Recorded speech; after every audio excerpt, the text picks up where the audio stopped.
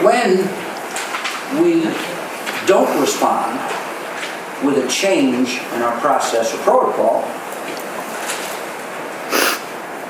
we are accused of running a process subject to political manipulation by the government of the state of New York. So we start with political pressure to change the outcome. If it's not successful, we accuse the authority of having political pressure to have made the decision that we're going to vote on here this morning. Let me state for the record a few things. One, the involvement as a subcontractor in the Brookfield proposal for operation of the marine with Andrew Farkas's Island Global Marine or Island Global Yacht, whatever they are, IGY. IGY? IGY. IGY, the principal of IGY, is a very close friend and very strong supporter of Governor Cuomo.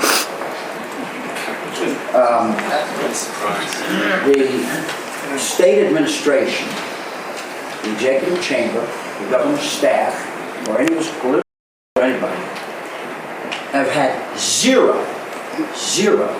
contact or discussion with this authority or its staff about this article. That's number one. Number two, as the chair and the chief executive officer of the authority, and I know I'm good for this, I know him because we're in political circles together, I learned of his involvement well after we had made this decision. Side accuracy. So the idea that our outcome here somehow is influenced by a relationship, a subcontractor and the bidder. I'm not saying an insignificant one, I understand the importance. But nevertheless, not a company or an individual that the authority ever dealt with, to my knowledge, ever spoke to. Never had a conversation. So it becomes difficult to make the case that somehow or another there's some political influence that relates to one of the participants in a successful RFP. There is absolutely no substance to that allegation. Second thing is that I own a yacht.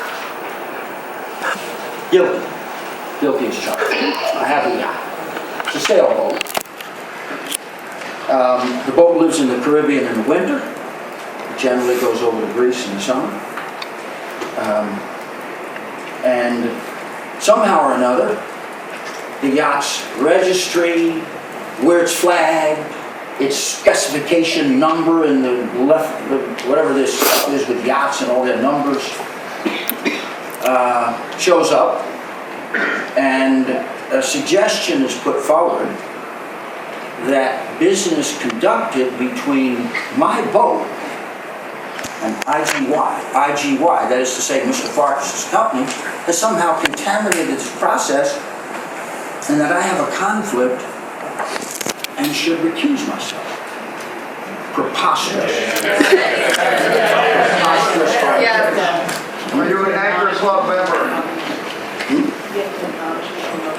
Oh, I have to admonish. I don't mean to admonish. But let's look at the facts. One. That's a question. Until we don't have questions, unfortunately, I apologize for this, but with the protocols that we have here, there are no public comments. And we can't change that precedent, unfortunately. But I do understand your interest, and I'll try to be as complete as I can in my explanation. Sorry, this is a public meeting. There are questions, and you've never once held a press conference, so you're incorrect on that?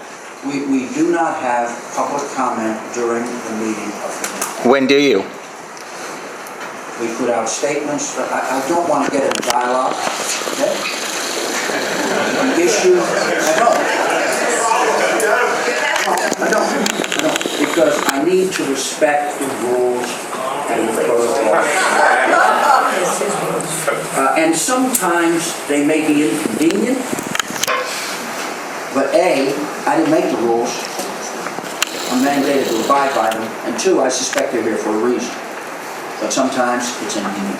The rule session. But I do want to respond to this thought that I have conflict. Number one, I'm going to put into the record a very specific response to any possible conflict or appearance of conflict that anyone could possibly think of.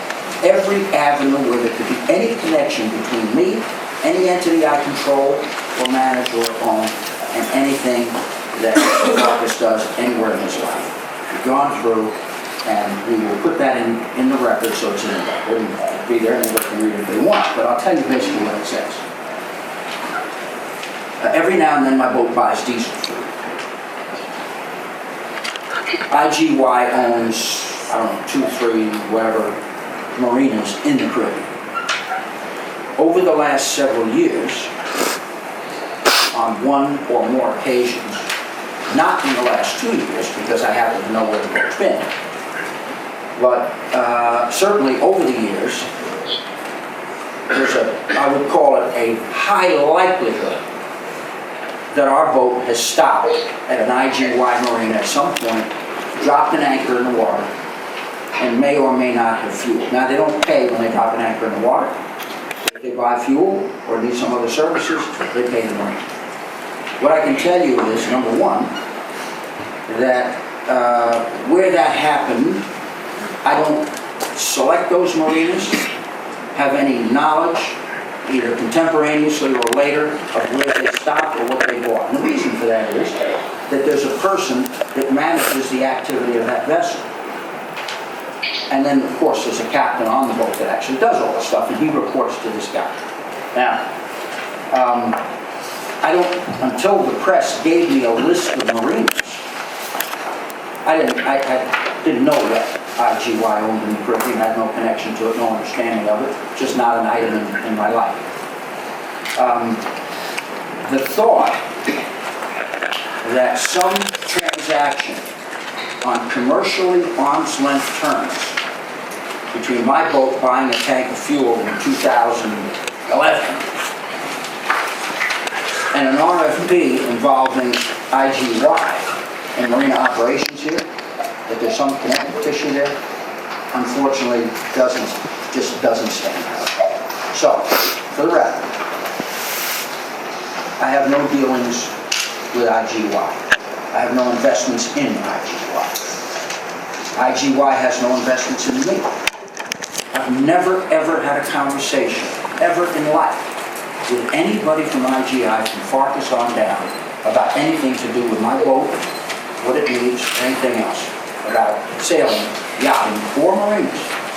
My boat doesn't come to the United States because it just lives in the Caribbean, goes to Europe, so I'm not planning to bring it over here and dock it under big favorable conditions or something or other in the authority's marina and take up space that the community might not want to have some other boat. So we have concluded that there is zero conflict between me and IGY that would cause us to have any thought of recusal from this process. So that's kind of where we are. We heard the concerns. We were not able to respond to those concerns publicly during an RFP process and start discussing what individual bidders were doing before the board ever made a decision on the outcome. So we have to sit silent while people can make whatever allegations they want to make and can paint whatever bad, difficult picture the future is going to hold.